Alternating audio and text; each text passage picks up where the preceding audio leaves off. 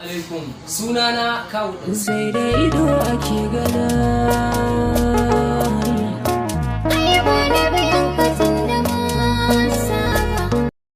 Ina mai tallata muku shahararren album da zai fita wato na Abdul Sona mai suna A Birni da Ke.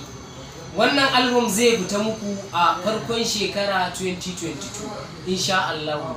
Sona ne fa ku saurara ku jira. Assalamu alaikum jama'a, sunana MC Madaki Arewa Comedian. Muna sanar da ku a game da album din shahararren mawaƙinmu wanda kuka fi sani da Abdul Sona.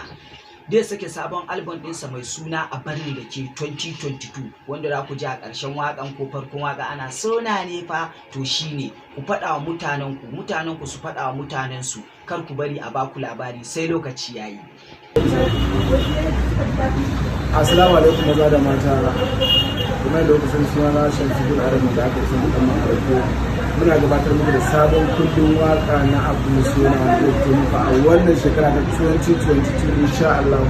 A wanda waƙoƙin sun faɗakar, sun nishaɗantar, za kuma ku ji daɗin su insha Allah. A kar da mata da zarar wannan album ya fita, kowa ya nema don ya ji mai sakon ya kawo. Sona ne fa.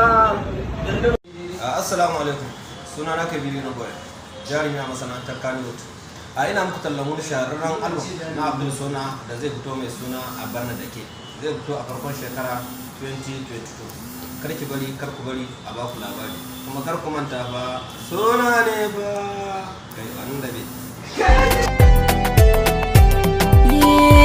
Dariyata da murmushi na wake kadai nake, ciko na daɗin duniyan nan in yau zama da ke. Rasa komai farin ciki ne gare ni inda ke, duban duk sakon koko duk awa sai na ji ya kike. Na ɗauki duk jikina na mika gare ki ɗan mata, wanda sauran damuwa tun da kina min nigata. Kina sa ni farin ciki, kin kawar da dukkan bakin ciki, dole ni ma in dage.